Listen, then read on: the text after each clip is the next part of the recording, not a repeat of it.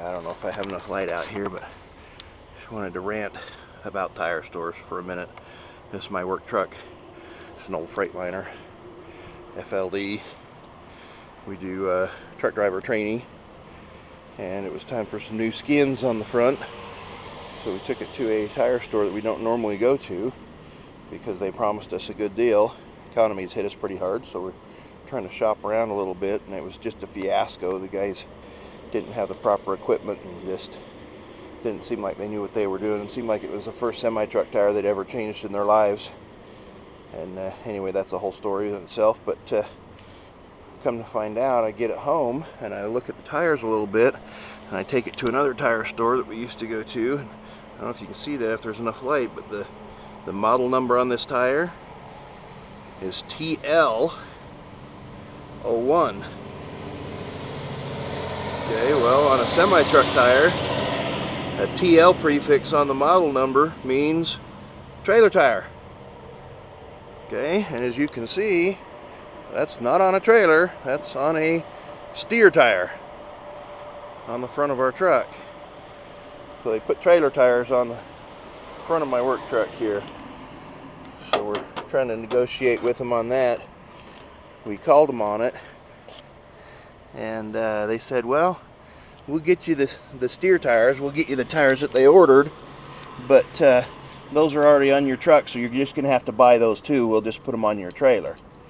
I thought that was a pretty poor answer. That's not good customer service, having worked in car repair shops for a little more than 20 years. That's just not how it works. If a shop screws up, they're kind of responsible to fix it and make it right. Just checking the air pressure on it.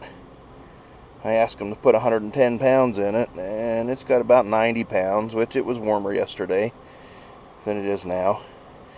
But it's one of my little pet peeves about tire stores. They never seem to put enough air in the tire when they mount the tire on the vehicle for you, so I always have to go the next day and put air in them. I guess they fail to notice where it says max air pressure set when cold, and so they always set them when they're hot. If it says to put 100 pounds in them, they put 100 pounds in them when it's 80 degrees, and the next morning when it's 60 degrees, they don't have enough air in them. If they'd realize that, they'd bump them up a little bit and put just a little more air in them. So anyway, it might be interesting to find out what they're going to do for us, and see if they still want us to buy these trailer tires, which we did not order, which they installed incorrectly.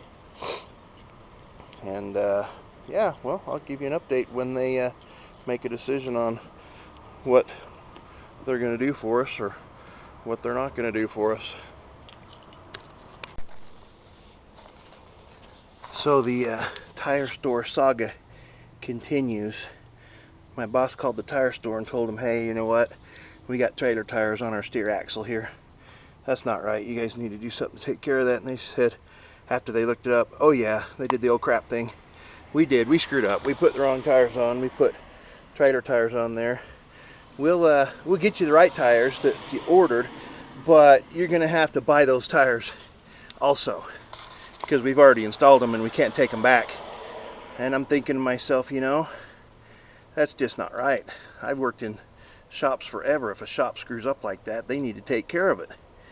But my boss is a nice guy, and didn't want to start a big fight with them. It's not my truck, so I didn't go in there and raise the roof like I wanted to, but I just think that's really terrible. They put the wrong tires on, and then they make him buy new tires, and they want to make him keep the old tires also. So anyway, they got us some, I don't know if you can see that, the light out here. Got us some Roadmasters made by Cooper Tires, and the model number is RM185A. I guess the A stands for all positions, so it could be a steer tire. The TL, if it has a TL in the model number, typically stands for a trailer tire. And a D typically stands for drive tire, but not always.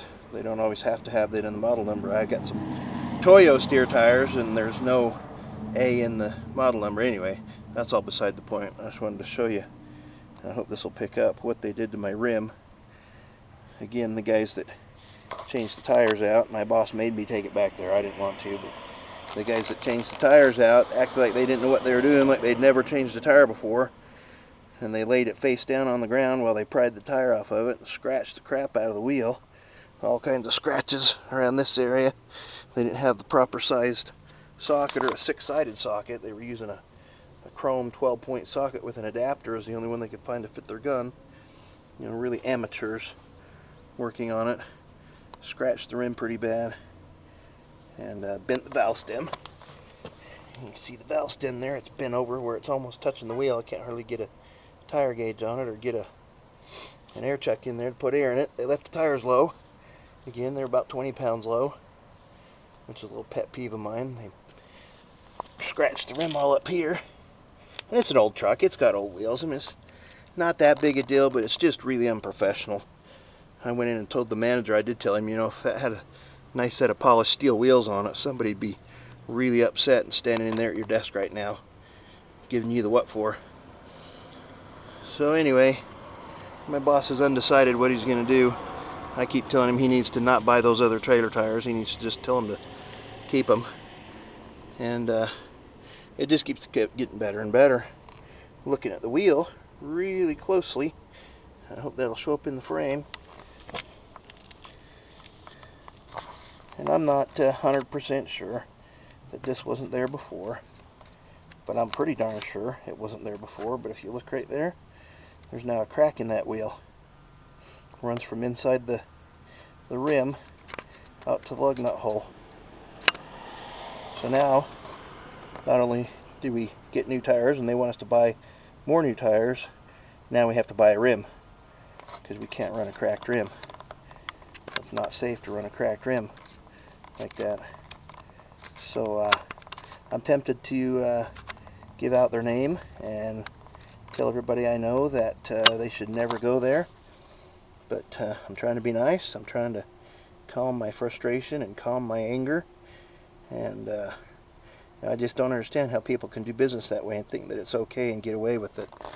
You know, when I was in business and had my own shop, if we did something like that, we'd have people calling lawyers and jumping up and down on our desk.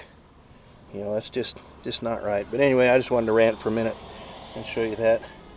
The tire store is in Spanish Fork, Utah. I will tell you that much. There's only two tire stores there on Main Street in Spanish Fork, Utah, and this is one of them. Somebody really wants to know who it was, they can PM me and I might tell them. But anyway, I'm almost done being angry and I'm done ranting. So have a good day, guys. Watch out for inexperienced tire stores.